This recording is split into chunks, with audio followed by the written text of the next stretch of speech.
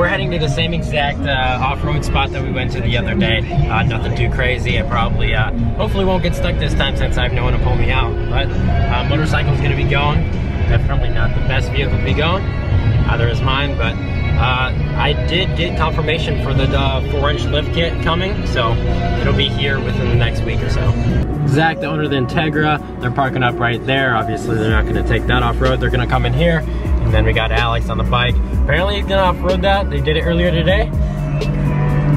So let's not do too bad, but this should be interesting.